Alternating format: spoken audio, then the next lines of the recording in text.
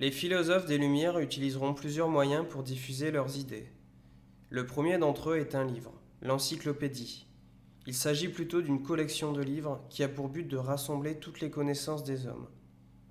C'est le philosophe Diderot et le mathématicien d'Alembert qui vont diriger cette immense entreprise.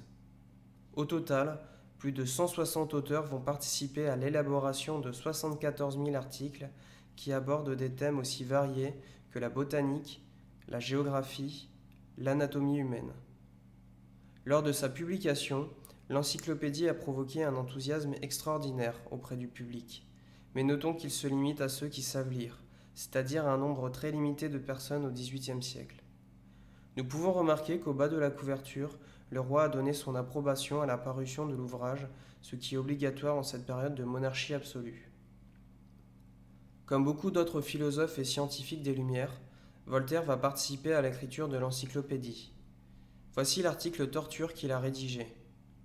Lorsque le chevalier de la Barre fut accusé d'avoir chanté des chansons hostiles à la religion, les juges d'Abbeville ordonnèrent qu'on lui arrachât la langue, qu'on lui coupât les mains et qu'on brûlât son corps à petit feu. Il n'y a point au fond de nation plus cruelle que la française. Dans cet article, Voltaire critique ouvertement la justice du roi, puisqu'il la trouve trop sévère. Le chevalier de la Barre n'a fait que chanter, et cruel, on lui arrache la langue, coupe la main et brûle le corps.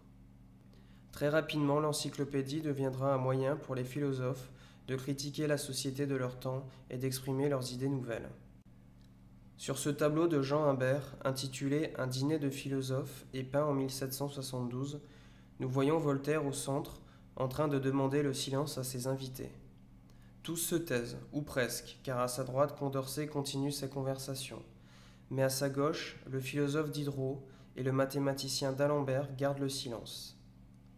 Le tableau met en avant le prestige de Voltaire à la fin de sa vie. Il est devenu un modèle que tout le monde respecte parmi les Lumières.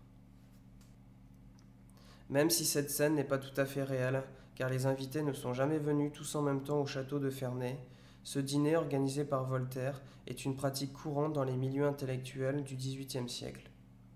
Le but est d'échanger ses idées sur la condition humaine. On s'interroge par exemple sur les inégalités. Sont-elles normales ?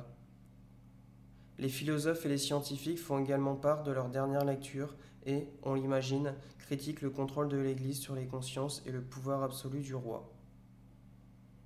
Les philosophes se rencontrent également dans des salons ou des cafés, comme le café Le Procope à Paris, où l'on discute de littérature et de philosophie et où l'on débat des idées nouvelles. Les cafés et les salons sont fréquentés par des personnes de toute origine.